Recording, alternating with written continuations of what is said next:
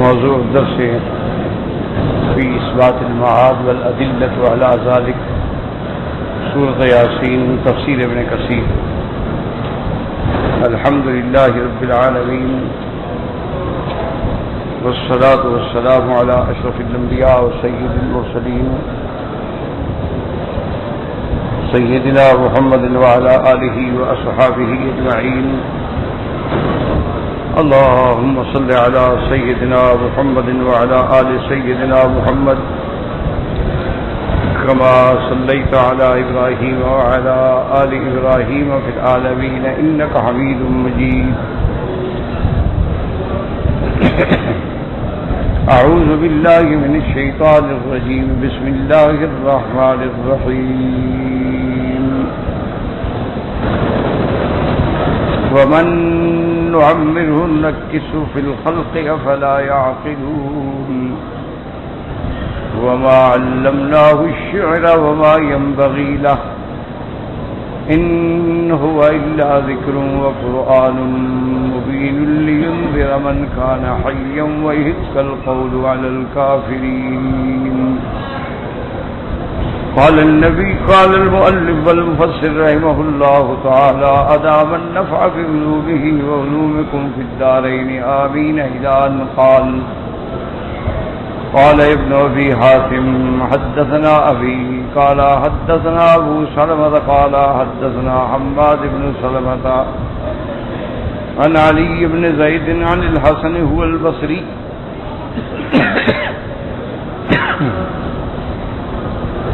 رحمة الله عليه قال إن رسول الله صلى الله عليه وسلم كان يتمثل بهذا البيت كفى بالإسلام والشيب للمرء ناهيا.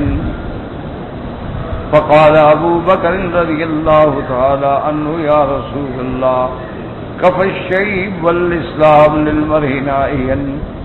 قال أبو بكر أو عمر رضي الله تعالى عنهما أشهد أنك رسول الله يقول تعالى وما علمناه الشعر وما ينبغي له. اب مفسر رحمۃ اللہ علیہ اس آیت کی تفسیر بیان فرماتے ہیں کہ اللہ نے ارشاد فرمایا ہم نے اپنے پیغمبر کو شعر نہیں سکھائے اور نہ شعر ان کی شان کے لائق ہیں. تو سرکار دو عالم صلی اللہ علیہ وسلم نہ شعر کہتے تھے نہ شعروں کو محبوب رکھتے تھے. ہاں کبھی کبھی سن لیتے تھے اور کبھی کبھی شعر کو بطور مثال بھی پیش فرماتے تھے، لیکن اس میں بھی کوئی خیال نہیں رکھتے تھے کہ بھی شعر آگے پیچھے ہو رہا ہے، تو خیال نہیں کیا کرتے. جیسے کہ اس روایت میں آتا ہے حضرت حسن بصری فرماتے ہیں کہ ان رسول اللہ صلی اللہ علیہ وسلم سرکار دو عالم صلی اللہ علیہ وسلم یتمثل بهذا البیت اس مصرے سے مثال دیتے تھے کفا بالاسلام والشیب للمرأة ناہیا کہ انسان کے لیے اسلام کے اندر رہتے ہوئے جب بڑھاپا آ جائے تو کافی ہے گناہوں سے رکنے کے لیے کہ بھئی اب بڑھاپا آ گیا، بال سفید ہو گئے، اللہ کا ڈرانے والا اب تیرے چہرے پہ آ گیا ہے، تو اب تو آدمی کو لحاظ کرنا چاہیے، گناہوں سے بچنا چاہیے.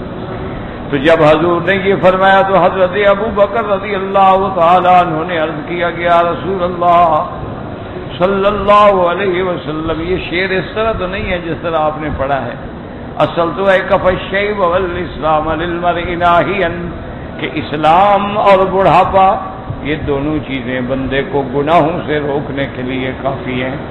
اگر تم مسلمان ہو، اگر اسلام ہے تو اسلام میں ہر چیز کا علم ہے کہ یہ حلال ہے، یہ حرام ہے، یہ ثواب ہے، یہ گناہ ہے، تو اللہ نے کھول کے بیان کر دیا.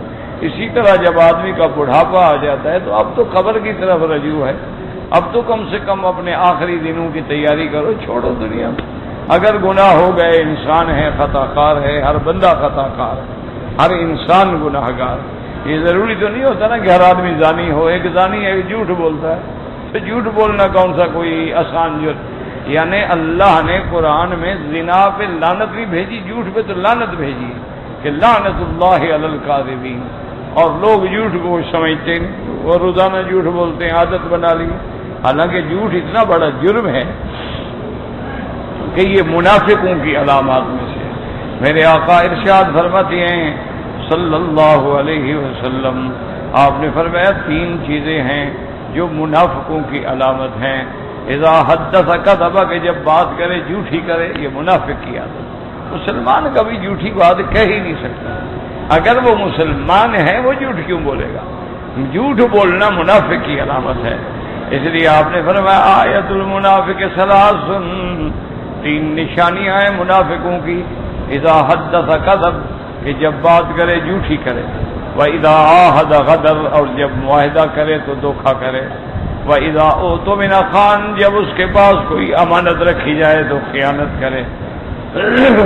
اسی طرح ایک اور حدیث مبارک میں آتا ہے اذا خاصم فجر، کہ جب کسی سے جھگڑا ہو تو گالیاں دے، تو یہ بھی منافقوں کی علامت ہے۔ مومن کبھی گالی نہیں دیتا، مومن کی زبان سے تو ہمیشہ کلمہ خیر نکلتا ہے۔ مومن کی تو نشانی یہ ہے کہ اگر کوئی غصے میں بھی آ جائے تو لا حول ولا قوت الا باللہ العلی العظیم، غصے میں بھی آ جائے تو اعوذ باللہ من الشیطان الرجیم، غصے میں بھی آ جائے درود شریف پڑھ، غصے میں آ جائے کھڑا ہے تو بیٹھ جائے، غصے میں آ جائے بیٹھا ہے تو لیٹ جائے۔ تو حضور پاک صلی اللہ علیہ وسلم، مومن کا تو شان یہ ہوتی ہے کہ ہر حال میں اس کی زبان سے کلمہ خیر نکلتا، اگر وعدہ کرے پورا کرتا، بات کرے سچی کرتا، امانت رکھی جائے کبھی خیانت نہیں کرتا۔ یہ علامات ہیں اسلام۔ اور اگر اس کے اندر منافقوں کی علامتیں ہیں تو پھر سمجھ لے کہ میرا انجام کیا ہوگا۔ تو اب اگر بڑھاپا بھی آ جائے تو اس لیے صحابہ فرماتے تھے کہ جب داڑھی میں آئے یا بالوں میں بال سفید ہونے شروع ہو جائیں، فرمایا جاءکم النذیر، اب آ گیا ڈرانے والا، اب تو ڈر جاؤ، اب تو کچھ لحاظ کرو، اب تو اپنے آپ کو گناہوں سے روک لو۔ اس لیے حضور پاک نے فرمایا سب سے بد کردار بندہ وہ ہے جو بڑھاپے میں زنا کرے۔ فرمایا سب سے مشکی اور ذلیل اور گندا آدمی وہ ہے کہ بڑھاپا آ گیا ہے، ٹانگیں جواب دے گی، وہ اسی طرح عورتوں کے پیچھے بھاگ رہا ہے، یعنی اب بھی اس کو حیا نہیں آیا تو کب حیا آئے گا؟ تو اس لیے حضور نے فرمایا کہ سب سے بڑا ذلیل انسان وہ ہے۔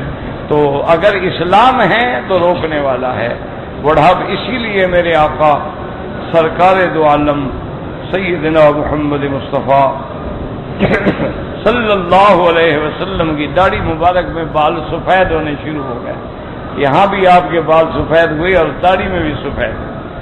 صحابہ کی محبت کا یہ عالم ہے کہ انہوں نے کہا ہم نے گنے تھے 17 بال تھے حضور کے سفید، یعنی حضور کے ایک ایک بال بھی ان کے دماغ میں ہے اور عقل میں ہے اور دین میں ہے۔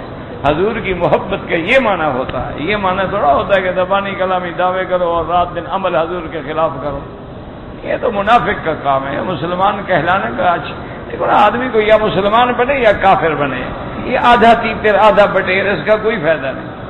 یا تو ابو بکر صدیق والا ایمان لاؤ یا ابو جہل والا کفر لاؤ، پھر چلو جہنم میں تو کوئی مقام ہونا، پتہ لگے لوگوں کو ابھی ابو جہل آ رہا ہے۔ تو اگر ایمان ہو تو پھر پکا ایمان ہو، یہ آدھا تیتر کبھی نماز پڑھ لی، کبھی عمرہ کر لیا، کبھی طواف کر لیا، ادھر گناہ بھی کر لی، قرآن شریف کی تلاوت بھی کر لی اور جھوٹ بھی بول لیا، اللہ کی طرف نبی پر درود بھی بھیجتے رہے اور گالیاں بھی بکتے رہے۔ یہ مسلمان کی علامت نہیں ہوتی۔ مسلمان کا معنی ہی یہ ہوتا ہے کہ اندر باہر سے پکا مسلمان ہو، اندر باہر ظاہر باطن اس کا مسلمان ہو، جو چیز اندر میں ہے وہی چیز باہر میں ہے۔ یہی وجہ تھی کہ صحابہ مقام معراج دنیا و آخرت پہ پہنچ گئے اور آج ہم ہر جگہ ذلیل ہو رہے ہیں کہ اس لیے اللہ کے تو حضرت ابو بکر رضی اللہ تعالی عنہ نے عرض کیا کہ یا رسول اللہ شعر اس طرح تو نہیں ہے آپ نے جیسے پڑھا ہے، اس شعر کا تو اس طرح ہے کہ کف الشیب والاسلام للمرء ناہیا۔ حضرت عمر رضی اللہ تعالی عنہ نے فرمایا اشہد انک رسول اللہ۔ حضرت عمر نے عرض کیا یا رسول اللہ میں گواہی دیتا ہوں آپ واقعی سچے رسول ہیں، چونکہ اللہ نے فرمایا وما علمناہ الشعر، ہم نے نبی پاک کو شعر سکھایا ہی نہیں۔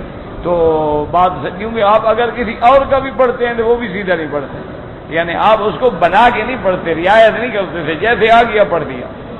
وهكذا روى البيهقي في الدلائل أن رسول الله صلى الله عليه وسلم قال للعباس بن مرداس السلمي رضي الله تعالى عنه انت القائل اتجعلنها ونهب الابید بین الاقرا وعینہ فقال انما هو بین عینہ والاقرا فقال الكل سواء يعني في المعنى صلوات الله وسلامه علیہ.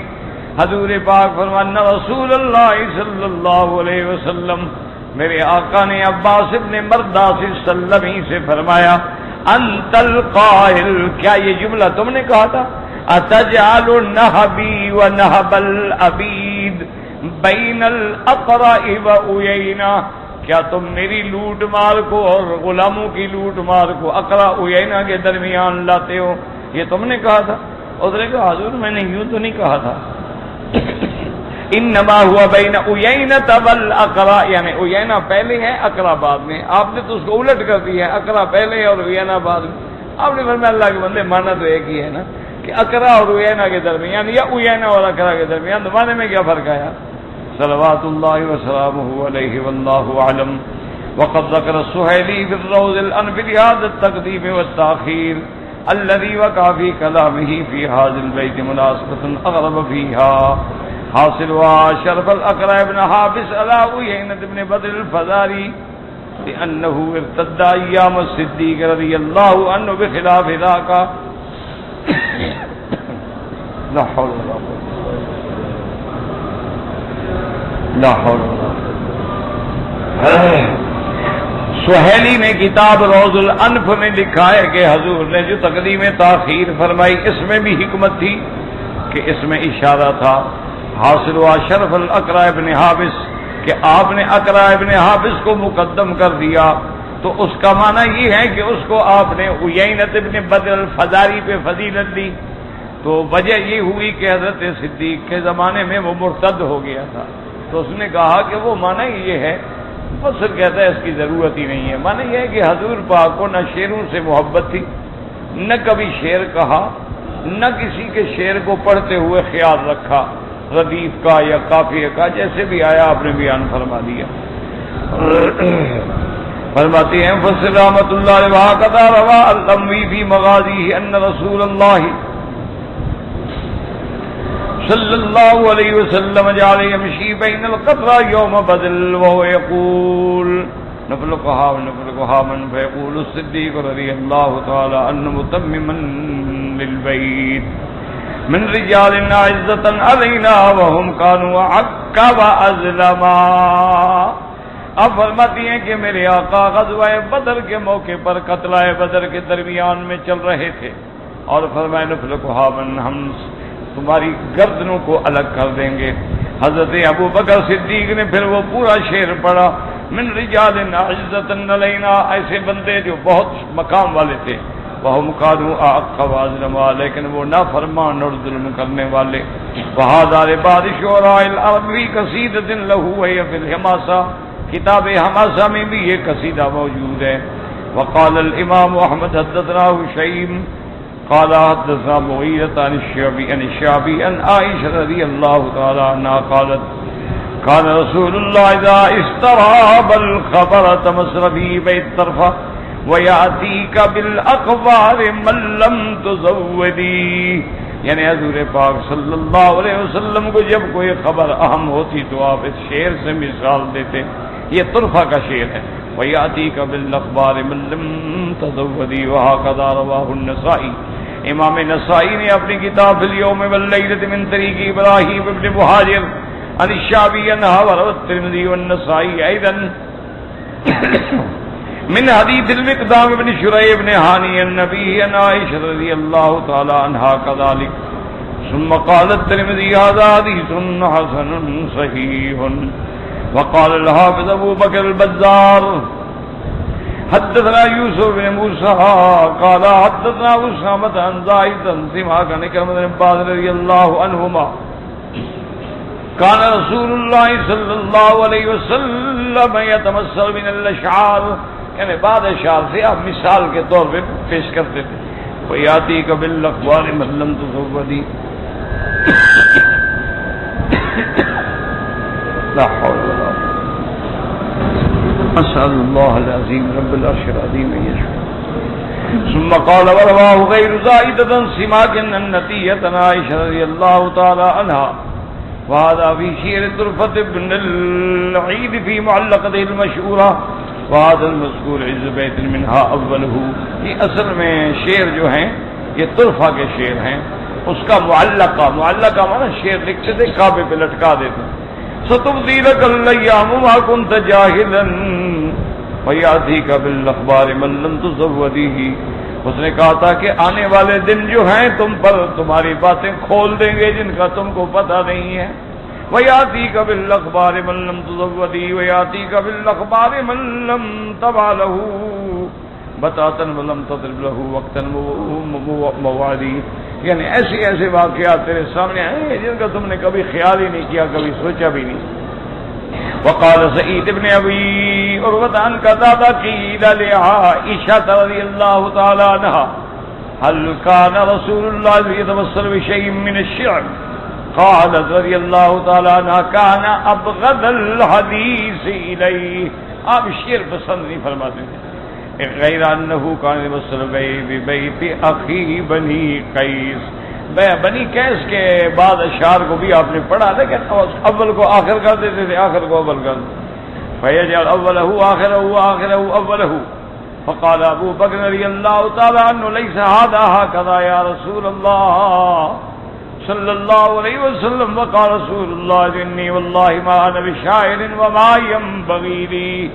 حضرت ابو بکر عرض کرتے کہ یا رسول اللہ آپ نے جیسے پڑھا اس طرح تو نہیں ہے، آپ آگے کو پیچھے کر رہے ہیں، پیچھے کو آگے کر رہے ہیں. آپ نے فرمایا میں بھی شاعر تھوڑا ہوں، نہ مجھے شعروں سے کوئی دلچسپی ہے. فرواه نبی حاتم جین وهكذا لفظه وقال ما بن قتادہ بلغني ان عائشة رضی اللہ تعالی عنہا سئلت هل كان رسول الله يتمثل بشيء من الشعر فقالت رضی اللہ تعالی عنہا لا الا بیت طرفة. آپ شعروں کو کبھی کبھی آپ پڑھ دیتے. ستبدی لك الايام ما كنت جاهلا وياتيك بالاخبار من لم تزودي فجعل يقول من لم تزودي بالاخبار. یعنی اصل تو تھا ياتيك بالاخبار من لم تزود، آپ اس کو الٹا پڑھ دیتے تھے. ليس هذا من هكذا. وقال اني لست بشاعر ولا ينبغي لي. وقال الحافظ ابو بکر البیہقی اخبرنا ابو عبد الله الحافظ قال حدثنا ابو حفص بن احمد بن وکیل المتقی ببغداد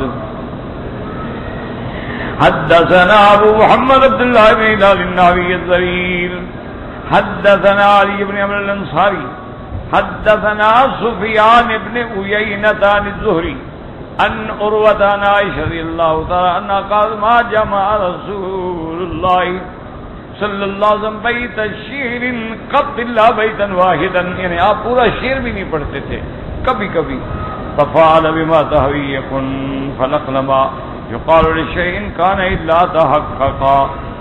سألت شيخنا الحافظ ابا الحجاج المزي عن هذا الحديث فقال هو منكر. یہ حدیث صحیح نہیں ہے. ولم يعرف شيخ الحاكم ولا الضرير. یہ ہم نہیں جانتے یہ نابینا اور شیخ حاکم کون ہے، اس لیے یہ حدیث منکر ہے، صحیح نہیں ہے. وثبت بالصحيح انه تمثل يوم حفر الخندق بابيات عبد الله بن رواحه رضي الله تعالى عنه ولكن طبعا لقول اصحابه رضي الله عنهم فانهم كانوا يرتجزون وهم يحفرون. اب مفسر رحمۃ اللہ علیہ فرماتی ہیں ہاں یہ بات صحیح حدیث میں ثابت ہے کہ جب حضور صلی اللہ علیہ وسلم غزوہ خندق کے موقع پر خندق کی کھدائی کر رہے تھے، کیونکہ مدینہ منورہ پر جب کفار نے حملے کا پروگرام بنایا اور ساری کفر کی طاقتوں کو جمع کر لیا، قریش کو، قبائل کو، یہود کو، سب کو جمع کر، اسی لیے اس کو کہتے ہیں غزوۃ الاحزاب، یعنی جس میں کئی جماعتیں مل کے حملہ آور. اور اسی کو کہتے ہیں غزوۃ الخندق کہ حضرت سلمان فارسی رضی اللہ تعالی عنہ نے حضور کو مشورہ دیا کہ یا رسول اللہ جب دشمن زیادہ ہو، طاقت اس کی زیادہ ہو، تو روم کے لوگ جو ہیں، وہ فارس کے لوگ جو ہیں، تو اپنے علاقے کے تحفظ کے لیے وہ خندق کھودتے ہیں. خندق کھود کے پھر اپنے شہر کے ارد گرد ایک گول خندق لاتے ہیں. تو خندق کا فائدہ یہ ہوتا ہے کہ دشمن اس کو عبور نہیں کر سکتا. تو خندق میں پانی بھر دیا، خندق میں آگ جلا دی، خندق میں کچھ. اب آدمی جلدی سے نہیں آ سکتا ہے، اگر وہ گھوڑوں کے ساتھ اس کو پھلانگنا بھی چاہے تو اندر گرے گا، تو خندق جو ہے وہ بہت بڑا حفاظت کا ذریعہ بن جاتا ہے، اور ادھر تھوڑی سی بھی فوج ہو تو خندق عبور کرنے والوں کو تینوں کی باڑ پہ رکھ لیتی ہے۔ تو حضور نے پسند فرمایا، آپ نے فرمایا کہ ٹھیک۔ اصل میں امت کو تعلیم تھی، یاد رکھو، اصل میں حضور نے امت کو تعلیم دی کہ دشمن کے بچنے کے لیے اسباب پہ عمل کرو، خندق بنانی پڑے، حفاظت کرنی پڑے، پہرا لگانا پڑے، اسلحہ خریدنا پڑے، طاقت مہیا کرنی پڑے، بالکل مقابلے پہ ڈٹ جاؤ۔ یہ نہیں ہے کہ بیٹھے رہو گے بس جناب دعا کریں گے اور دعاؤں سے صرف کام ہوتے، تو پھر اللہ کے پیغمبر دعا سے سارے مسئلے حل فرما دیں، ان کی دعا تو ہمیشہ قبول ہوتی۔ تو یہ امت کے لیے تعلیم ہوتی ہے کہ بھئی جنگ ہوتی ہے، اور جنگ کیا ہے؟ الحرب سجال بیننا و بینہم، حضور نے فرمایا جنگ تو ایک ڈول ہے، کبھی انہوں نے کھینچ دیا، کبھی ہم نے کھینچ، کبھی مسلمانوں کو فتح ہو گئی، کبھی کافروں کو فتح، لیکن لازمی ہے کہ اس کے لیے استعداد پیدا کرو، اس کے لیے طاقت پیدا کرو۔ اب جب خندق کی کھدائی کا وقت آیا، ابھی بھی تھوڑی نشان مدینے پاک میں موجود ہیں خندق، لیکن وہ زیادہ باقی نہیں رہے، کیونکہ 1400 سال گزر گئے، کئی سیل آئی، کئی بارشیں آئیں، پانی گزرے، مٹی گری، پہاڑوں سے مٹی اٹھا کے انہوں نے جگہوں کو بھر دیا، اس لیے وہ نشان جو ہے وہ تھوڑے رہے۔ اور جب خندق کے کھودنے کا وقت آیا تو حضور نے جماعتیں بنا دی ہوئی، 10 آدمی کے لیے یہ 10 میٹر، تم 10 آدمی یہ 10 میٹر، تم 10 آدمی یہ 10 میٹر، یہ تم کھدائی کرو گے، یہ تم کرو گے، یہ تم۔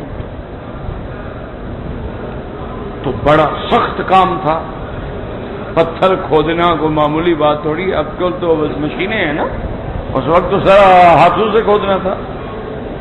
تو اور خدا کی قدرت یہ ہے کہ ادھر خندق کی کھدائی تھی اور ادھر غربت کا یہ عالم تھا کہ کھانے کے لیے بھی صحابہ کے پاس کچھ نہیں۔ یہ وہی خندق کا واقعہ ہے نا کہ جب صحابہ نے پیٹ پہ پتھر باندھے ہوئے۔ تو اب جب خندق کی کھدائی ہو رہی تھی تو یہ قاعدہ ہوتا ہے عرب میں بھی اور لوگوں میں بھی، یہاں ہم نے خود دیکھا ہے، ہم چھوٹے چھوٹے تھے جب، تو اب تو آپ نے حرم ماشاءاللہ سارا پتھر لگ گیا، اور پتھر کے نیچے بھی انہوں نے پائپ لائن بچھائی ہے پانی کی، اور اوپر بھی سفید پتھر لگا ہے جس میں کاربن ڈائیآکسائڈ نہیں ہے تاکہ پاؤں گرم نہ ہوں طواف میں۔ تو اس وقت تو یہاں ایسے پلاٹ بنے ہوتے تھے اور اس میں کنکریاں ہوتی تھی پتھر کی، اور ساتھ یہ حرم کے طواف کعبۃ اللہ کے ارد گرد جو ہے ایسے ٹکڑے بنے ہوتے تھے، اور اس کے اندر کنکریاں تھیں، انہیں کنکری کے اوپر صفیں بچھ جاتی تھی، اسی کے اوپر وہ سرائیاں رکھ دیتے تھے، عصر کے بعد وہ ٹھنڈی ہوتی، ہوا لگتی تھی، ٹھنڈی ہو جائے وہ پانی۔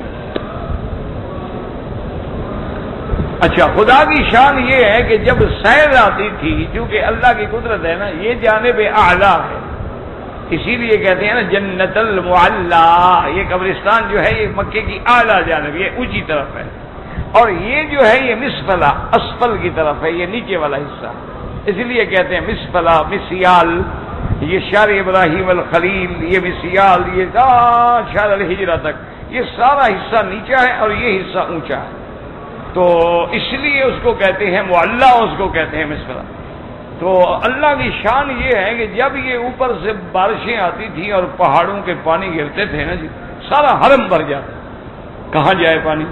کیونکہ حرم شریف یہ کعبہ شریف یوں ہے، بالکل ایسے ہے جیسے پیالہ ہو، ہر طرف اس کی اونچی ہے، تو اب جہاں سے پانی آئے گا کہاں جائے؟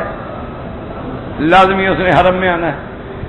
پھر انہوں نے یہ کیا کہ حرم شریف کے اس کے نیچے ایک نہر بنائی کہ بھئی اوپر سے جو سیل کا پانی آتا تھا، گرتا تھا، عرفات سے گرتا تھا، جبل نور سے گرتا تھا، اسی طریقے سے معابدہ سے ہوتا ہوا، غزہ سے ہوتا ہوا، یہ سیدھا مروہ کے قریب آ کے صفا اور مروہ کے درمیان میں وہ نہر تھی، اس کے نیچے سے پانی کراس کر کے مسفلا کی طرف نکل جاتا۔ اچھا، اب اتفاق ایسا ہو جاتا تھا کبھی کبھی کہ شدید پانی جو ہے اس نے گاڑیاں اٹھا لی، ٹرک اٹھا لیے، سامان اٹھا لیے، اس نہر کے منہ میں آگے بند کر دیا، اور نہر بند ہو گئی، پانی نیچے جا رہا، پھر پانی اوپر سے پھر حرم میں آ گیا۔ یہ میں نے خود دیکھا، یہ پنکھے جو چل رہے ہیں نا، یہ پرانے حرم میں، یہ جو ترکیوں کا حرم ہے، اس پنکھوں کے قریب تک پانی پہنچا ہوا۔ کعبۃ اللہ کا آدھا دروازہ ڈوبا ہوا تھا۔ کعبۃ اللہ کا دروازہ دیکھیں کتنا اونچا ہے، یہ آدھا ڈوب گیا تھا پانی میں، لیکن عاشق اس وقت بھی تیر کے طواف کر رہے ہیں۔ کعبہ خالی نہیں ہوا، طواف نہیں رکا، طواف اسی طرح ہوتا ہے، بالکل عین اسی طرح ہو رہا۔ یہ تو ہم نے خود دیکھا، اصل ہم پڑھتے تھے مدرسہ، یہاں مدرسہ ہوتا تھا باب ابراہیم میں، مدرسہ فخریہ عثمانیہ، اس میں ہم قرآن شریف یاد کرتے تھے، وہ بالکل حرم شریف کی دیوار کے اندر تھا۔ ہمیں یاد ہے کہ اس کی ہماری جو صفیں تھی نا مدرسے کے اندر کھڑے ہو کے ہم نماز پڑھتے۔ تو بہرحال کہنے کا مقصد یہ تھا کہ یہ تو اچھا، اب جب وہ سارا باہر کا جناب مٹی اور ملبہ اور سامان سارا حرم میں آ گیا، تو اب اس حرم کی صفائی کرتی۔ وہ صفائی یہ ہوتی تھی کہ پھر یہاں کے جو میئر ہیں بلدیہ کے بڑے بڑے اور گورنر مکہ ہیں، وہ اعلان کرتے، پھر ہر محلے سے رات کو لوگ نکلتے، محلے مصباح والے، محلہ جیاد والے، جبل ہندی والے، شیخ عامر والے، غزہ والے، شامیہ والے، عزیزیہ والے، عوالی والے، حفائر والے، سارے اللہ کے عرب نکل آتے تھے، مزدور نہیں، سب عرب نکلتے تھے۔ وہ پھر 200 400 500 آدمی آ کے وہ حصہ تقسیم کر لیتا کہ اس کو میں نے صفائی کر دی۔ تو جب صفائی کرتے تھے اس وقت پھر وہ شعر بھی پڑھتے تھے، رجز بھی کرتے تھے، تو وہ ایک عجیب منظر ہوتا تھا۔ یہ تو اب اللہ حکومت کو جزائے خیر دے اور اللہ ان کے حسنات کو قبول فرمائے کہ انہوں نے پوری دنیا سے بڑے بڑے ماہرین منگوائے کہ اس کا حل کیا کریں۔ یہ تو مسئلہ ہے، ہر 4 سال کے بعد بارش اور حرم بھر جائے، غزہ ڈوب جائے، شامیہ ڈوب جائے، دکانیں اڑا کے رکھ دیتا تھا۔ پھر آپ کو پتا ہے کہ سیل کا پانی جب گرتا ہے، جیسے آپ نے دیکھا ہوگا ڈیرہ غازی خان کی طرف میں، وہاں جب وہ کالی یا نئے بولتے ہیں جس کو جب گرتی ہے، اٹھا کے پھٹک دیتی ہے، اللہ معاف کرے، ٹرکوں کے ٹرک اڑا کے رکھ دیتی ہے، حالانکہ پانی اتنا ہوتا ہے لیکن تیز اتنا ہوتا ہے، اللہ معاف کرے۔ اللہ تبارک پہاڑوں کے گرا ہوا پانی، اسی طرح سوات میں، منگورا میں، اسی طرح وہاں آپ دیکھیں نا جی کالام میں، ماہی ڈنڈ میں، وہاں جب وہ چلتی ہیں سیل کے پانی، توبہ توبہ استغفر اللہ، اللہ معاف فرمائے۔ تو اب جو بڑے بڑے ماہرین تھے انہوں نے آ کے پھر ساری سروے کی، اس کے بعد انہوں نے بڑا خرچہ کیا گورنمنٹ نے کہ پھر ہر سیل کا رخ بدلنے کے لیے الگ نہر بنائی، کہ جو عرفات سے پانی گرتا ہے اس کی نہر بنا کے باہر سے لے گئے جدے کی طرف، سمندر کی طرف، جو جبل نور سے گرتا ہے اس کو نہر کا راستہ بنا کے باہر سے لے گئے کہ حرم میں کوئی نہ۔ اب اللہ کا شکر ہے حرم میں پانی نہیں آتا، کتنی بڑی سیل بھی آ جائے، ہاں اللہ قلیل وہ شہر والا جو ہے وہ تھوڑا بڑھ جاتا ہے، لیکن وہ سیل جو ہم نے دیکھی ہیں بچپن میں وہ تو اللہ رحمت فرمائے۔ تو اب صحابہ جو تھے جب خندق کھود رہے تھے تو اس وقت وہ رجزیہ شعر پڑھ رہے تھے۔ تو یہ قاعدہ ہوتا ہے کہ جب آدمی رجز کرتا ہے اور جماعت مل کے شعر پڑھتی ہے تو آدمی کا دل لگ جاتا ہے اور تھکاوٹ اتر جاتی ہے، آدمی کو کام میں محسوس نہیں ہوتی۔ تو حضور صحابہ کے ساتھ مل کے آپ بھی پڑھ رہے ہیں، جیسے صحابہ پڑھ رہے تھے۔ اللهم لولا انت ما اهتدينا ولا تصدقنا ولا صلينا، میرا مولا اگر آپ ہدایت نہ دیتے ہم کہاں نمازیں پڑھتے۔ فانزل سکینۃ علینا وثبت الاقدام الا قینا، اللہ ہم پہ اپنی طرف سے رحمت نازل فرما اور ہمارے قدم دشمن کے مقابلے پہ جما دینا۔ ان الاولا قد بغوا علینا اذا ارادوا فتنۃ ابینا، مولا کریم اب دشمنوں نے مکہ مدینے پہ چڑھائی کا فتنہ کر لیا ہے، انہوں نے تجاوز کیا ہے اور وہ ہمیں اسلام سے ہٹانا چاہتے ہیں، ہمیں دین سے نکالنا چاہتے ہیں، ہم انکار کرتے ہیں، ہم دین پہ رہیں گے۔ تو حضور بھی ان کے ساتھ مل جاتے تھے، وَيَرْفَعُ صَوْتَهُ بِقَوْلِهِ بَيْنَا، حضور بھی اپنی آواز اونچی کر دیتے۔ وَيَمُدَّهَا وَقَدْ رَوَى هَذَا بِالْغَافِ الصَّحِيحَيْنِ أَيْضًا وَكَذَا ثَبَتَ أَنَّهُ صلى الله عليه وسلم قال يوم حنين وهو راكب البغل يقدم يافي نور العدو، کہ حضور پاک صحابہ کے ساتھ مل کے اس رجد پڑھنے میں شریک ہو جاتے۔ اسی طرح میرے مدنی صلی اللہ علیہ وسلم یوم حنین کے موقع پر، اصل میں یہ تھا نا کہ یوم حنین پہ تھوڑا سا مسلمانوں کے دل میں خیال آ گیا کہ ہم تو آج ہماری بڑی تعداد ہے، آج کون ہمارا مقابلہ کر رہا ہے؟ اللہ نے فرمایا اچھا تعداد سے مقابلے ہوتے ہیں؟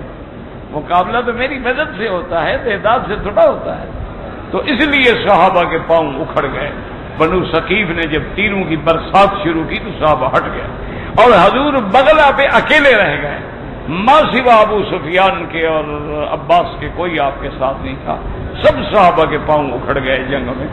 پھر اللہ تبارک و تعالیٰ نے صحابہ کو ہمت دی اور پھر صحابہ نے حملہ کیا اور کامیاب ہوئے۔ تو ایک دفعہ تو پیچھے ہٹ گئے، تو حضور اکیلے کھڑے ہیں بغلہ پر، ایک طرف ابو سفیان ہے اور ایک طرف عباس ہے، اور حضور بڑے شان سے پڑھ رہے ہیں ان النبی لا کذب ابن عبد المطلب، میں اللہ کا سچا نبی ہوں، میں نہیں ہٹوں گا میدان سے۔ حضور اکیلے کھڑے ہیں۔ پھر آواز دی، آپ نے حکم دیا یا اصحاب البقرہ یا اصحاب الحدیبیہ یا اصحاب بدر، آ جاؤ، کہاں ہو تم؟ پھر صحابہ لوٹے، لیکن قالوا هذا وقع اتفاقا من غیر قصد لبدن شیر، یہ اتفاقی بات ہے، یعنی یہ نہیں کہ آپ نے کوئی شیر کا بدن کا خیال کیا، بل جرى على اللسان من غیر قصد الیہ، وكذلك ما ثبت في الصحيحين عن جندب بن عبد الله رضي الله تعالى عنه قال كنا مع رسول الله صلى الله عليه وسلم في غار، صحیحین کی حدیث میں ہے، حضرت جندب بن عبداللہ سے روایت ہے، وہ فرماتے ہیں کہ میں حضور پاک صلی اللہ علیہ وسلم کے ساتھ تھا ایک غار میں، فنکبت اصبعہ، آپ کی انگلی پہ چوٹ لگ گئی تو انگلی سے خون بہنے لگا، تو آپ نے فرمایا حل انت الا اصبع دمیتی وفی سبیل اللہ ما لقیتی، ایک انگلی تو ہو، کیا ہو گیا؟ اللہ کے راستے میں اگر خون نکل گیا تو کیا ہو گیا؟ فسیاتی عند قوله تعالی الا اللمم ان تغفر اللہم تغفر جمع وَأَيُّ لَكَ مَا لَمَّا، یا اللہ ہمارے سب گناہ معاف کر دے۔ کون تیرا بندہ ہے جس نے کوئی گناہ نہ کیا ہو؟ کوئی نہ کوئی غلطی تو ہم سب نے کی، لیکن تو بخشنے والا ہے، مہربانی فرما کے سارے گناہ بخش دے۔ وَكُلُّ هَذَا لَا يُنَافِي قَوْلُهُ مَا عَلَّمَ شَيْئًا وَمَا يَنبَغِي لَهُ فَإِنَّمَا تَعَالَىٰ عَلَّمَهُ الْقُرْآنَ الْعَظِيمَ، اللہ نے اپنے نبی کو قرآن سکھایا ہے، اللہ نے اپنے نبی کو نہ شاعر بنایا نہ شعر سکھایا، نہ کبھی حضور پاک نے شعروں سے محبت کی، کبھی اتفاق سے کوئی رجز ہو گئی، کوئی اتفاق ہو گیا یا کوئی کلمہ موزون زبان مبارک سے نکل گیا۔ آپ کو اللہ نے وہ قرآن پڑھایا ہے، لا یاتیہ الباطل من بین یدیہ ولا من خلفہ تنزیل من حکیم حمید، اللہ کے قرآن میں نہ کوئی زیادتی ہو سکتی ہے نہ نقصان ہو سکتا ہے، یہ اس حکیم و حمید کا اتارا ہوا ہے۔ ولیس هو بشیء کما زعمہ طائفۃ من جہلة کفار قریش، اللہ کا قرآن شعر نہیں ہے، اور جیسے کفار قریش کہتے تھے ولا کہانت، نہ یہ کہانت ہے، ولا مفتعل، نہ گھڑا ہوا ہے، ولا سحر یؤثر، نہ جادو ہے، کما تنبأت بھی اقوال الضلال وآراء الجہال، جیسے بعض گمراہ لوگ کہتے تھے کہ یہ شعر ہے، بعض کہتے تھے یہ جادو ہے، بعض کہتے تھے یہ کہانا ہے۔ وقت کان سجیتہ تابع صنعت شعر طبعا و شرعا، میرے مدنی پاک شرعن بھی اور طبعا بھی شعر پسند نہیں فرماتے تھے۔ کما رواه ابو داؤد قال حدثنا عبید اللہ بن عمرو قال حدثنا عبد الله بن سويد قال حدثنا سعيد بن ابي ايوب حدثنا شرحبيل بن زيد المعافري عن عبد الرحمن بن رافع التنوخي قال سمعت عبد الله بن عمرو رضي الله تعالى عنهما يقول سمعت رسول الله صلى الله عليه وسلم يقول ما أبالي ما أوتيت إن أنا شربت ترياكا أو تعلقت تميمة أو قلت شيئا من قبل نفسي، حضور نے فرمایا مجھے کسی چیز کی پرواہ ما أوتيت إن أنا شربت ترياك، کہ میں تریاک حاصل کروں یا تعویذ ڈالوں یا شعر کو، مجھے ان چیزوں کا کوئی خیال نہیں۔ تو یہ آپ کی نبوت کی علامت تھی کہ حالانکہ وہ دور جو ہے نا میرے مدنی سرکار کا، اس دور میں تقریباً شعر و شاعری کا اتنا رواج تھا کہ فصحاء، بلغاء، شعراء، ادباء اتنے تھے کہ جن کی کوئی مثال نہیں ملتی ہے، اور آج تک زمانہ جاہلیت کے شعراء کے کلام سے زبان کی صحت اور سقم کا پتہ لگایا جائے۔ یعنی اچھا خدا کی شان ہے، بی بی عائشہ نے بھی شعر کہے، بی بی عائشہ بھی شاعرہ تھی۔ اسی طرح بی بی فاطمہ الزہرا نے بھی شعر کہے رضی اللہ تعالی عنہا۔ جب میرے آقا کی وفات ہوئی، سرکار دو عالم صلی اللہ علیہ وسلم جب فوت ہوئے ہیں تو بی بی فاطمہ نے جو مرثیہ کہا ہے تو اس میں انہوں نے یہ بھی کہا تھا کہ سبت علی مصائب لو انہا سبت علی الایام سرن لیالیا، کہ میرا اللہ میرے مدنی کی وفات کے بعد مجھ پر جو مصیبتوں کے پہاڑ گر گئے ہیں نا، اگر یہ دن پر گرے تو دن بھی راتوں میں تبدیل ہو جائے۔ بی بی سیدہ فاطمہ الزہرا نے بھی شعر کہا۔ اسی طرح سیدہ عائشہ صدیقہ نے بھی حضور کی شان میں شعر کہا ہے کہ لنا شمس وللآفاق شمس، فرمایا ایک میرا سورج ہے، ایک دنیا والوں کا سورج ہے۔ شم اور شمسی خیر من شمس السمائی، جو میرا سورج ہے وہ دنیا کے سورج سے 1000 گنا بہتر ہے۔ فرمایا شمس الآفاق تطلع بعد فجر، دنیا والوں کا سورج تو صبح کو نکلتا ہے، وشمسی تطلع بعد العشاء، جب عشاء کے وقت دنیا کا سورج بے نور ہو جاتا ہے تو محمد کا چہرہ چمکتا ہے اور روشن۔ تو اس لیے ابو بکر نے بھی شعر کہے، سیدنا عمر نے بھی کہے ہیں۔ تو حالانکہ شعر و شاعری کا زمانہ تھا، لیکن اس کے باوجود اللہ نے اپنے نبی کو محفوظ رکھا کہ وما علمناہ الشعر وما ينبغی لہ، کہ میرا مدنی تیری شان میں شعر نہیں ہے۔ ویسے یاد رکھو اگر شعر اچھا ہو، اللہ کی توحید ہو، حضور کی مدح ہو، صحابہ کی مدح ہو، اہل بیت کی مدح ہو، جائز ہے، کوئی منع نہیں۔ اسی لیے ہر وہ نعت پڑھنا بھی جائز ہے جو حضور کی شان میں ہے، توحید میں ہے، صحابہ کی شان میں ہے، کوئی منع نہیں، لیکن وہ الفاظ نہ کہے جائیں جن میں شرک آتا۔ اسی لیے صحیح حدیث میں آتا ہے کہ میرے آقا ایک جنگ سے فتح یاب ہو کے واپس آئے تو حضور کے گھر میں چھوٹی چھوٹی بچیاں اکٹھی ہو گئی، اور وہ جناب کوئی برتن اٹھا کے تف بنا کے اس کو بھی بجا رہی تھی، اور حضور کی استقبال کے لیے شعر کہہ رہی۔ اور جب انہوں نے شعر کا حضور نے منع نہیں فرمایا، حضور بھی سنتے رہے، لیکن ایک بچی نے کہا کہ وفینا نبی یعلم ما فی غد، ہمارے نبی کی یہ شان ہے کہ اس کو کل کی خبروں کا بھی پتہ چلتا ہے۔ حضور نے فرمایا اتر کی مت کہو، کل کی خبروں کا پتہ اللہ کے سوا کسی کو نہیں ہوتا، یہ نہ کہو باقی جو کہہ رہی تھی وہ کہتی ہو۔ اچھا حضرت ابو بکر آئے، بچیاں کہتی نہیں۔ حضرت عمر جب دروازے پہ آئی اجازت مانگی تو بچیوں نے جلدی جلدی برتن چھپا لیے، کوئی برتن کے اوپر بیٹھ گئی، بالکل چپ کر کے آرام سے سب شعر کہنا ختم ہو۔ حضرت عمر نے سلام کہا تو حضور مسکرایا، آپ نے فرمایا عمر تیری شان ایسی ہے جس گلی سے نکلتے ہو شیطان بھی بھاگ جاتا ہے۔ یہ دیکھو بچیوں نے میرا بھی لحاظ نہیں کیا، ابو بکر کا بھی نہیں کیا، تمہارا نام سنا تو بھاگ گئی۔ حضرت نے کہا یا رسول اللہ میں سخت آدمی ہوں، ڈر گئی، اور کیا لحاظ کا؟ نہیں، تم سے تو شیطان بھی ڈرتا ہے، جس گلی سے تم گزر جاتے ہو شیطان راستہ بدل دیتا، اور یقین رکھو کہ آج بھی عمر کے نام سے شیطان کانپتا ہے۔ سب کچھ برداشت کر لیں گے، عمر کا نام برداشت نہیں کریں گے۔ اللہ کی شان ہے، اللہ نے اس نام میں بھی ایسی، اسی لیے وہ تاریخ آپ کے ہندوستان کی تاریخ کا واقعہ ہے، وہاں ایک شاعر تھا تو اس نے ایک شعر کہا سیدنا عمر کی توہین میں۔ اس نے کہا کہ مجھے اپنی عمر سے اس لیے نفرت ہے کہ اس میں عمر کا نام آتا ہے۔ کہتے ہیں نا کہ آپ کی عمر کیا ہے، کوئی کہتا ہے جی 20 سال 50 سال تو انہوں نے کہا میں اپنی عمر سے بھی نفرت کرتا ہوں، اس لیے کہ عمر کا نام تو آتا ہے نا۔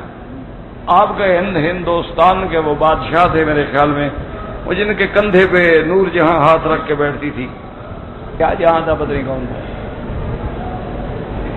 تو بہرحال یہ نور جہاں بھی شیعہ تھی، ویسے جتنی طوائفیں ہوں شیعہ ہوتی ہیں، اس لیے کہ شیعہ کے نزدیک متع جائز ہے نا، وہ بھی سمجھتی ہے نا ہم گناہ نہیں کر رہی، متع کر رہی ہیں۔ تو یہ بھی بہت بڑی شیعہ تھی، اور اس کا وہ استاد تھا نور اللہ شوستری، جس کو اس نے بلایا تھا وہاں اور اس سے علم حاصل کیا، علامہ نور اللہ شوستری، جو ان کے نزدیک وہ شہید پنجم کا مقام رکھتا ہے۔ تو بہرحال بادشاہ کو پتہ لگ گیا، اور شعر اسی نے کہا تھا نور اللہ نے۔ بادشاہ نے حکم دیا کہ عدالت میں میرے دربار میں پیش کرو۔ نور اللہ نے پیغام بھیجا، استاد تھا نا نور جہاں کا، اس نے پیغام بھیجا کہ بادشاہ نے مجھے بلایا ہے، ان کے تہوار اچھے نہیں لگتے۔ اور نے کہا تمہیں کیا فکر ہے، میں ہاتھ جب تک نہ رکھوں وہ فیصلہ ہی نہیں کر سکتا۔ بادشاہ نے دربار لگا لی اور نور جہاں پیچھے بیٹھی تھی، نور اللہ پیش ہوا۔ بادشاہ نے پوچھا یا سیدنا عمر کے خلاف تم نے شعر کہا ہے؟ سوچ کے بات کرو، اس وقت تم بادشاہ کی دربار میں پیش ہو۔ اب اس نے ہاتھ اٹھا لیا، اس نے سمجھا بادشاہ چپ کر جائے گا، مجلس برخاست کر دے گا، بادشاہ بیٹھا رہا۔ انہوں نے کہا سوچ کے سمجھ کے جواب دینا۔ انہوں نے کہا میں نے کہا۔ انہوں نے کہا میں تمہیں 3 دفعہ اجازت دیتا ہوں، اب بھی انکار کرنا چاہتے ہو انکار کر لو۔ انہوں نے کہا نہیں میں نے کہا۔ تو پیچھے ملکہ نے، نور جہاں نے قمیص پکڑ کے بادشاہ کا کھینچا کہ کیا کر رہے ہیں آپ؟ تو بادشاہ نے ایسے ہاتھ مارا، فرمایا جان من جان دادن ایمان نہ دادن۔ انہوں نے کہا ملکہ تیرے فراق میں جان دے سکتا ہوں، ایمان نہیں دے سکتا۔ عمر کا توہین کرنے والے کی سزا ہے موت دی جاتی، دے دی قتل کر موت۔ نے کہا عمر کا گستاخ ہو اور میرے ملک میں رہے۔ نے کہا کیا ہے تم چھوڑ دو گے مر جاؤں گا، ہو گیا ہو جائے، میں ایمان نہیں دے سکتا۔ یہ بادشاہ ہوتے تھے، آج تو جیسے ہم جیسے ہمارے حاکم۔ یہ تو شکر کرو اس ملک پر اللہ حکومت قائم رکھے کہ اسلام کا نام ہے، قاضی ہیں، قرآن ہے، عدالتیں ہیں، اللہ کا شکر ہے، نماز ہے، روزہ ہے۔ دیکھا نہیں آپ نے کبھی اپنے سپاہیوں کو نماز پڑھتے دیکھا؟ ایمان سے کہو، ٹھنڈے دل سے، وہ مسلمان نہیں ہے۔ یہاں بیچارے ڈیوٹی کرتے ہیں، جماعت ہوتی ہے تو کھڑے رہتے ہیں، کوئی ڈاکو چوری نہ کرے، کوئی فرض چھین کے نہ بھاگے، کوئی شرارت کر کے نہ بھاگے۔ جماعت ختم ہو کے اپنی جماعت کرتے ہیں، نہ جاویں کہ نماز چھوڑ دیں۔ بڑے سے بڑا افسر ہو، آئی جی ہو یا سپاہی ہو، نماز پڑھے گا۔ تمہارا چپراسی بھی نہیں پڑھتا۔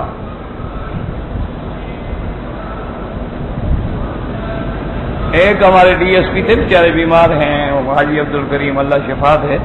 وہ ایک دفعہ کسی ٹریننگ سینٹر میں لگ گئے ہیں، تو انہوں نے کہا کہ بھئی ایسا کرو کہ جو سپاہی، A S I, S I, inspector مجھے نماز پوری یاد سنا دے، اس کو 3 دن کی چھٹی۔ ایک آدمی کو بھی نماز نہیں آتی، پورے ٹریننگ کالج میں ایک بندے کو نماز نہیں آتی۔ اس بیچارے نے پھر نمازیں یاد کروائیں، نمازیں سکھائیں۔ اس کی انکوائری ہو گئی کہ جی آپ کو ہم نے ٹریننگ کے لیے بھیجا تھا کہ مولوی بنانے کے لیے بھیجا تھا؟ اس نے کہا جناب مجھے پتا ہوتا تو میں ان کو ڈاکے مارنا سکھاتا۔ یہ حال ہو جب تو پھر گاڑی کیسے چلے؟ بس دعا کرو اللہ ہمارے حال پہ رحم کرے۔ تو اس لیے حضور پاک کو کبھی شعر پسند نہیں رہے، اور نہ سرکار دو عالم نے کبھی شعر کہا ہے، کیونکہ اللہ نے آپ کو نبوت اور رسالت کا تاج پہنایا ہے۔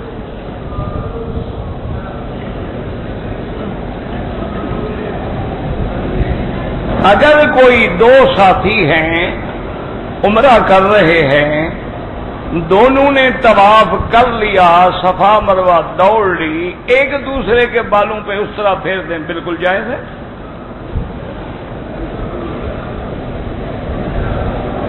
کوئی آدمی فوت ہو گئے ہیں، ان کے لیے عمرہ کریں، بالکل کریں جی، کیوں نہ کریں، دعا کریں، عمرہ کریں۔ اگر طواف کے دوران میں رکن یمانی پہ ہاتھ لگانا بھی سنت محمد مصطفیٰ ہے، حضور پاک نے وہاں ہاتھ لگایا، اور جب ہاتھ لگائیں تو دایاں ہاتھ، یعنی بعض لوگ بایاں لگا دیتے ہیں، بڑی غلطی یہ بات ہے۔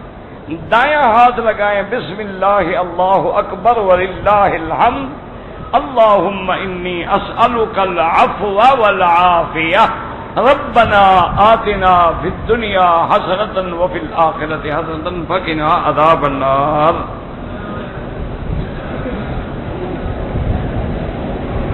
اپنے والدین کے لیے میں اگر عمرہ بالکل عمرہ کریں، والد کے لیے، والدہ کے لیے، ان کے لیے عمرہ کریں، ان کے لیے نفل پڑھیں، ان کے لیے خیرات کریں، صدقات کریں، ان کے لیے مسجدیں بنائیں، مدرسے بنائیں، دین کے کام کریں.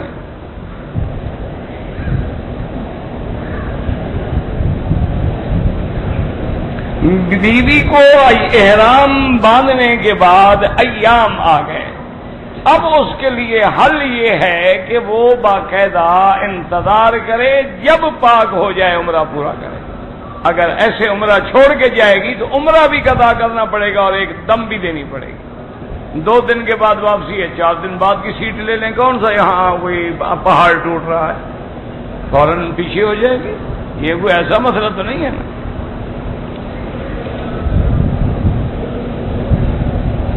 فجر کی اذان کے بعد یا مغرب کی اذان سے پہلے تحیت المسجد، فجر کی اذان کے بعد جو 2 رکعت آپ سنت پڑھیں گے فجر کی، تحیہ بھی اسی میں ادا ہو گئی، اسی میں تحیت المسجد ہو گئی. مغرب کی اذان سے پہلے 2 رکعت احناف کے نزدیک پڑھنا منع ہے، چونکہ حدیث محمد مصطفیٰ ہے کہ لا صلاۃ بعد العصر حتی تغرب الشمس، کہ عصر کے بعد نماز نہیں جب تک سورج ڈوب نہ جائے. بلکہ امام ابو حنیفہ رحمۃ اللہ علیہ فرماتے ہیں کہ اذان کے بعد فوراً نماز کھڑی ہو جائے اور نماز کے بعد فوراً 2 سنتیں پڑھ لے. احتیاط اسی میں ہے، کیونکہ امام شافعی رحمۃ اللہ علیہ جیسا امام جو ہے، ان کے نزدیک مغرب کا وقت اتنا ہے جتنی دیر میں ہم نماز پڑھتے ہیں، اس کے بعد مغرب کا وقت ہی ختم ہو جاتا ہے. امام شافعی کوئی چھوٹا آدمی تو نہیں ہے نا. امام شافعی رحمۃ اللہ علیہ کے نزدیک مغرب کا وقت اتنا مختصر ہے کہ وہ فرماتے ہیں بس نماز پڑھنے اور سنتیں پڑھنے سے ختم ہو جاتا ہے. امام ابو حنیفہ رحمۃ اللہ علیہ کے نزدیک مغرب کا وقت نماز کے بعد 1 گھنٹے تک رہتا ہے، اور امام احمد ابن حنبل رحمۃ اللہ علیہ کے بعد مغرب کا وقت جو ہے وہ شفق احمر جو سرخی ہو جاتی ہے اس کے ڈوبنے تک رہتا ہے.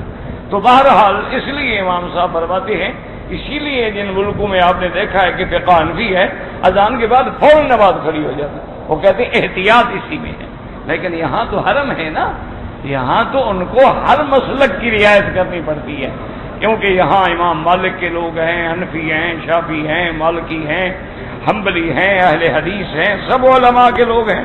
تو اس لیے وہ ایسا کوشش کرتے ہیں، ایسا عمل کیا جائے کہ سب کو موقع مل جائے، کسی کو اعتراض کرنے کی گنجائش نہ رہے.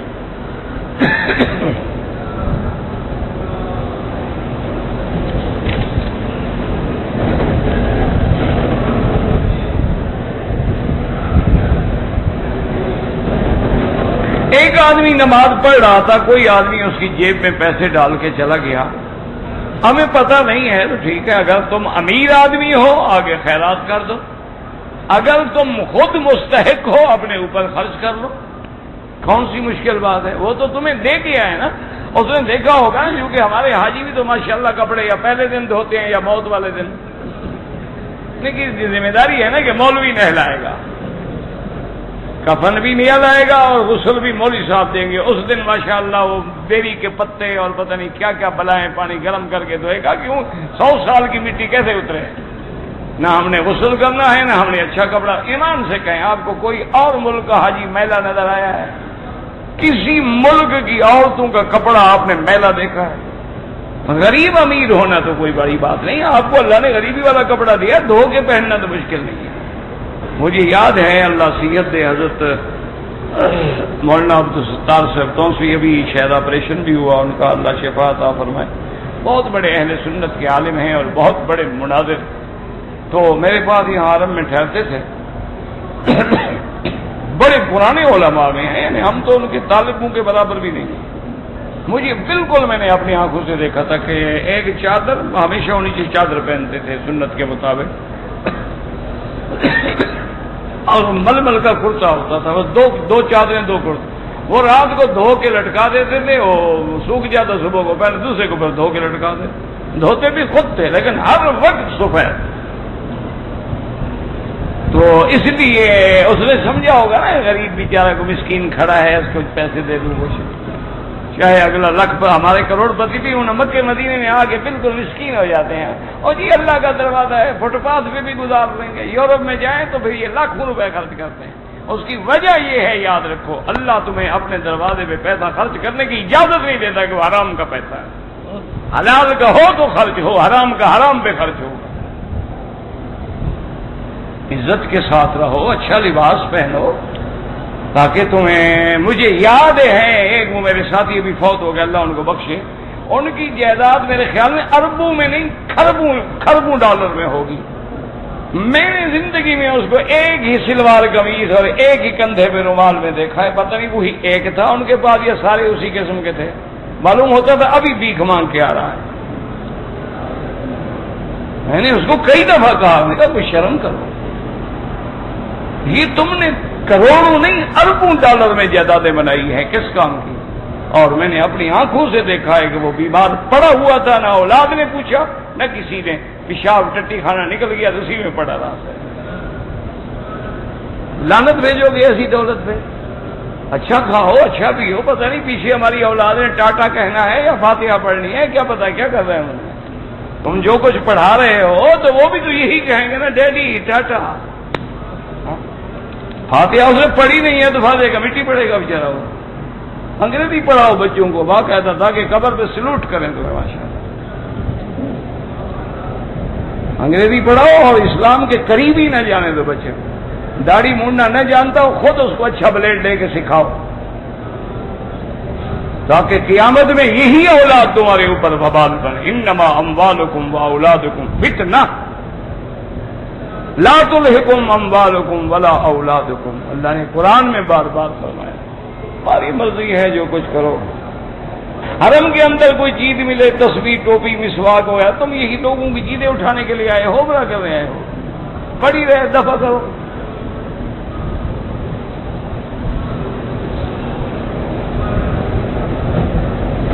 بچہ ہو یا بچی ہو 7ویں دن عقیقہ کرنا سنت ہے لڑکا ہو تو 2 بکرے یا 2 بکریاں یا 2 دمبے جو بھی ملے لڑکی ہو تو 1 7ویں دن اس کے سر سے بال اتارے بالوں کا وزن کرے جتنا وزن ہو اتنی چاندی کی قیمت خیرات کر دیں یہ سنت ہے نہ ہو سکے تو نہیں لوگوں کو روٹی کا کب کھانے کو نہیں ملتا بچہ پیدا ہوا عقیقہ کہاں کریں گے لوگ تو خودکشی کر رہے ہیں گردے بیچ رہے ہیں بچیاں بیچ رہے ہیں روٹی نہیں ملتی جل رہے ہیں مر رہے ہیں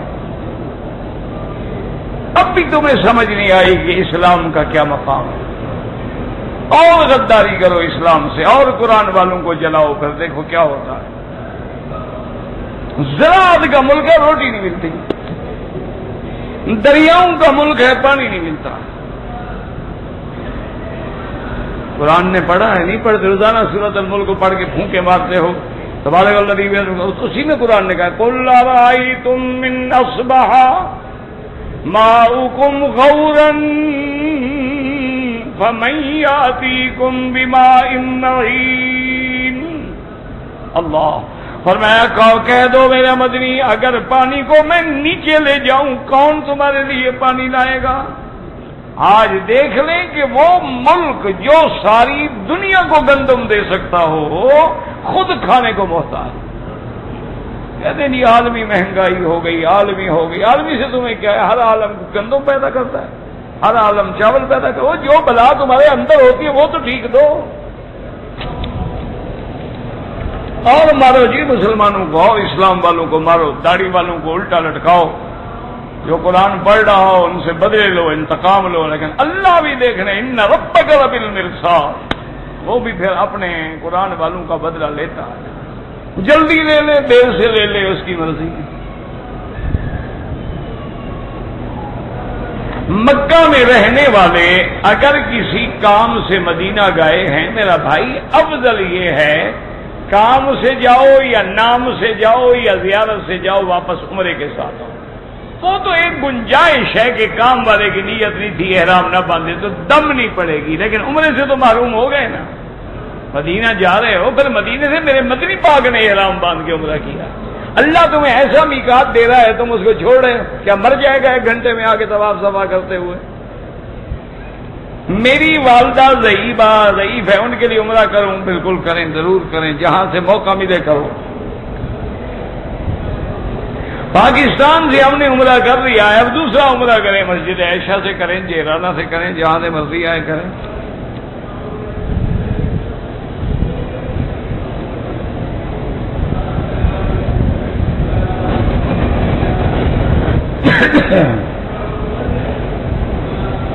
بہرحال دعا مغز عبادت ہے، لدھیانوی صاحب نے جو لکھا ہے وہ بھی ٹھیک ہے، لیکن ضروری بھی نہیں کہ ہر اجتماع کے بعد دعا ہو، ضروری بھی نہیں کہ ہر انفرادی آدمی ہر عبادت کے بعد دعا کرے، عبادت خود دعا ہوتی ہے۔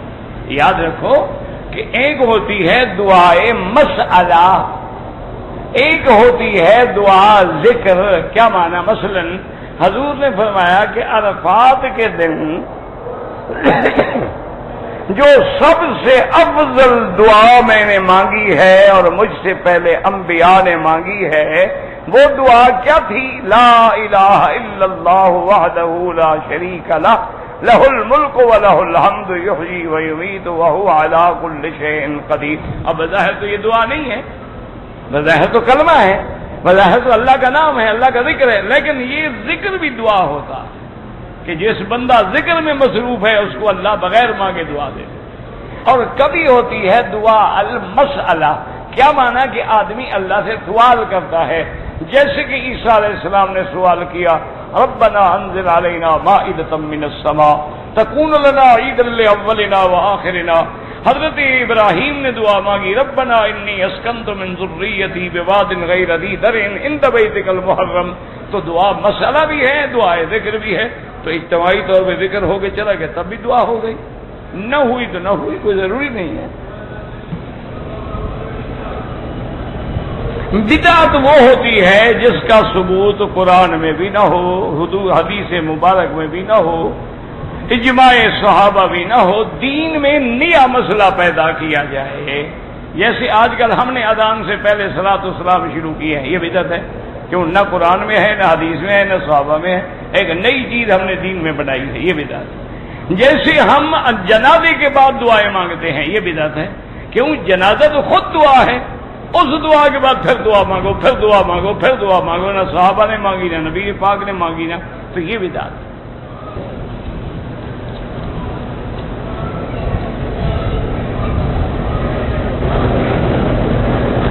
محرم میں تعزیہ جلوس سب حرام ہے، بدعات ہیں، منکرات ہیں۔ اللہ کے بندے، دین ہوتا تو حضور کے اہل بیت کی شہادت کے بعد پھر مسلمان نہ تعزیہ نکالتے ہیں۔ کہتے ہیں کہ دولت بیوی کی قسمت سے ملتی ہے، کوئی مسئلہ نہیں، کوئی شریعت نہیں، بلکہ بعض اوقات بیوی کے آنے سے پہلا بھی تباہی ہو جاتی ہے، یہ تو کوئی مسئلہ نہیں ہے، تو لوگوں نے گھر رکھا ہے، اولاد خامد کی قسمت پہ، دولت بیوی کی قسمت پہ، تو پھر یار کوئی ایسی دولت والی ڈھونڈو پہ دعا کرو اللہ ہمیں بھی دے دے۔ یہ سب من گھڑت قصے ہیں۔ احرام سے پہلے اگر خوشبو والا صابن سے بالکل کریں، خوشبو والے صابن سے غسل کریں، بلکہ احرام کی نیت سے پہلے بدن پہ خوشبو لگانا بھی سنت ہے، احرام کے بعد حرام ہے۔ بہت لوگ کہتے ہیں کہ چہرے کو گالیاں نہ دو، یہ کون سی گالی ہے جیسے چہرے کو دی جاتی ہے باقی بدن کو نہیں دی جاتی؟ یہ گالی کی بھی کوئی قسمیں ہیں؟ گالی دینا ہی منافق کی نشانی ہے، مومن کبھی گالی نہیں دیتا۔ المومن لا یکون لعانا ولا فحاشا ولا بذی، حضور نے فرمایا مومن کبھی کسی پہ لعنت نہیں کرتا، کبھی فحش کلام نہیں کرتا، کبھی بے ضرورت گندی کلام زبان سے نہیں نکالتا۔ حضور پاک نے معراج کی رات ملاقات تو نہیں ہوئی تھی، زیارت ہوئی تھی۔ ملاقات یعنی کیا، وہ آپس میں ملے تھے؟ عرفات کی پہاڑی پر جو ستون ہے کوئی ستون نہیں، وہ تو نشانی ہے کہ جبل رحمت یہ ہے، باقی پہاڑوں پہ نہ چڑھتے رہو۔ یہ تو ابھی انہوں نے بنایا ہے ماشاءاللہ، تم اس کو بھی کوئی بزرگ سمجھتے ہو؟ عادت ہے نا جی، کیا کریں، قبروں پہ سجدہ کرتے کرتے یہاں بھی ڈھونڈ رہے ہیں نا بیچارے، کہیں ستون مل جائے، کہیں کچھ تو بھی دے، اپنی آرزو تو بیچارے پوری کریں نا۔ ایک آدمی نے پرس نکال لیا ہے، اللہ پاک ہدایت دے، ہم دعا ہی کر سکتے ہیں میرا بھائی، اور کیا کر سکتے ہیں۔ بہرحال کوشش کرو، جہاں سامان گم شدہ آتا ہے بعض اوقات کسی کو اللہ حیا دیتے تو پھینک دیتے ہیں۔ جو مولانا پاکستان سے عمرہ کرنے کے لیے آئے ان کے سروں کے بالوں کے لیے میں کوئی ٹھیکیدار ہوں چیک کرتا رہوں کہ اس طرح پھروایا ہے یا نہیں پھروایا؟ تم جانو، مولوی صاحب سے جا کے پوچھو۔ عجیب بات ہے، فلاں مولوی صاحب آیا اس طرح پھرایا نہیں پھرایا، مولوی صاحب کو خود پکڑ کے پوچھ لو۔ حضور پاک صلی اللہ علیہ وسلم نیچے چادر مبارک پہنتے تھے، اوپر لمبا قمیص مبارک پہنتے تھے، اور سر پہ پگڑی مبارک، ٹوپی پہن کے ٹوپی کے اوپر پگڑی